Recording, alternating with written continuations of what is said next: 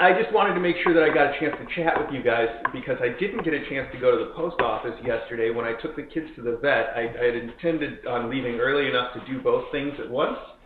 But then I saw, as I was getting these guys ready to go, that it looks like Cape has got the ringworm now too. So that's all 3 rooms, and I think at least Teaspoon from the faculty was showing a little bit of bald spot where we didn't expect one, which admittedly is not a huge amount of proof that it is ringworm, but given the circumstances, an Occam's razor just makes sense. I don't think he shaved that spot with Occam's razor. I mean, I think the most likely explanation for a new bald spot right now is a little bit of ringworm. So I think we're just going to have to treat it as though everybody in the house has got it, at least to some degree. Try to keep it minimized. Try to keep the load of spores down a little bit. And, just manage it as best we can for the whole house. Now, that means that my job for today is going to be to get all of these guys at least a lime sulfur bath, which is the worst. It just smells so bad. I was talking to the Dr. K about it yesterday, and she's like, yeah, we do that sometimes, but oh man, the smell. I'm like, yeah, you don't have to tell me. I know, it's terrible. So I'm not the only one that feels like it's the worst thing in the world. Hi, I see a little tiny tutu looking right at me through this door. I haven't got this phone hooked up yet to share live, but I can take a picture.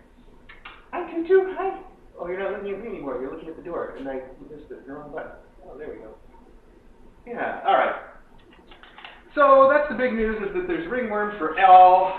We didn't want to discriminate and keep it for just some of our cats. We want everybody to feel included.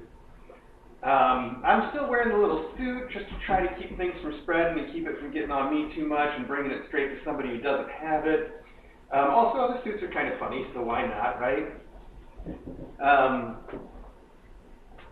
Okay, so that's the important news, I guess. Now, as far as getting these kids out of here into another room or getting the groups integrated like it's been the plan all along, for instance, these 2 groups, they look at each other through the window all the time, and they seem like they really like each other, and I'd love to have them meet.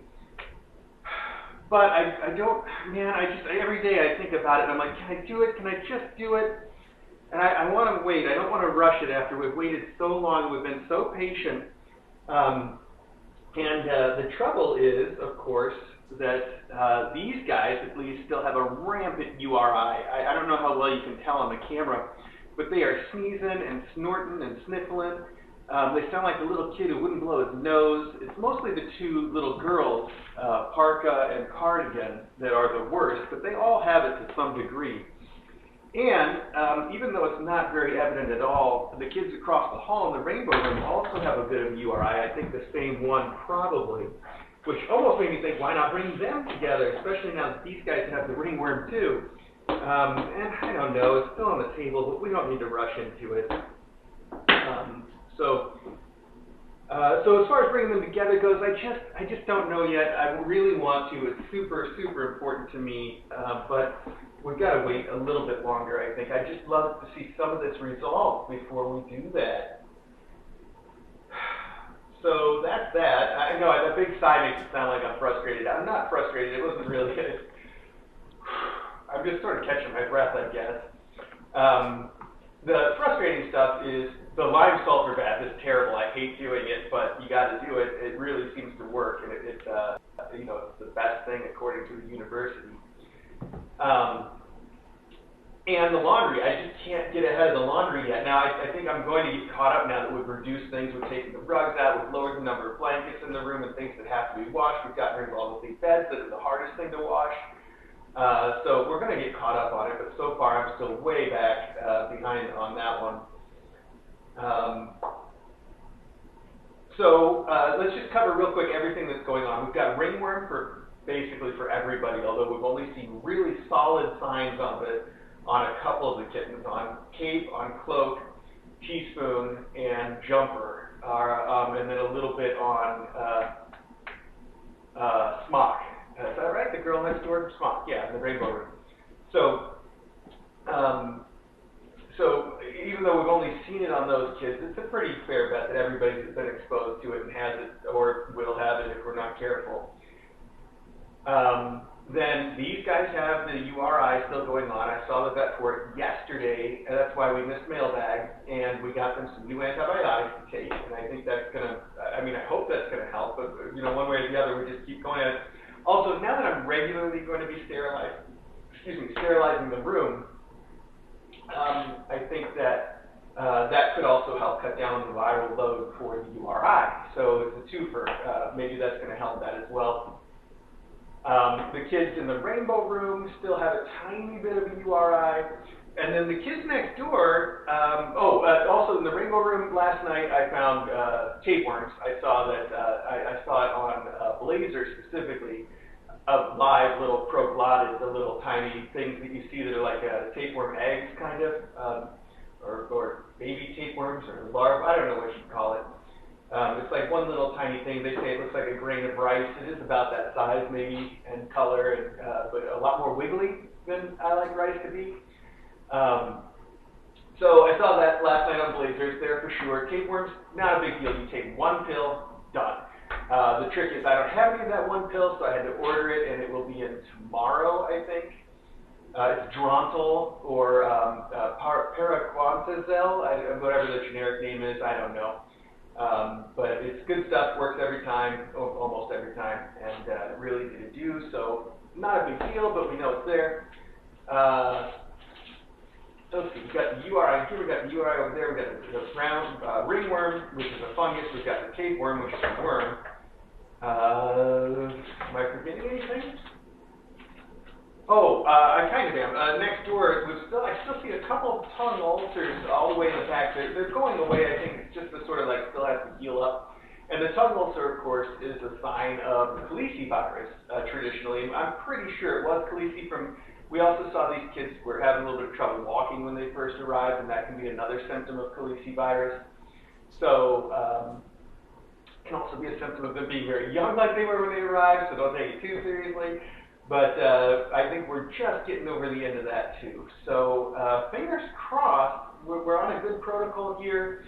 None of the stuff that's happening is very serious. It's just all together, it's a lot to kind of deal with, and it sounds like a lot, but none of it is, say, life-threatening. It's all just no big deal. They'll get over it. It's a little bit uncomfortable right now for them, especially, I imagine. I mean, they don't seem too bothered by it, but sitting in here sometimes and listening to them breathe through those noses, it's upsetting to me. It's like, ugh, just blow your nose, kid. So,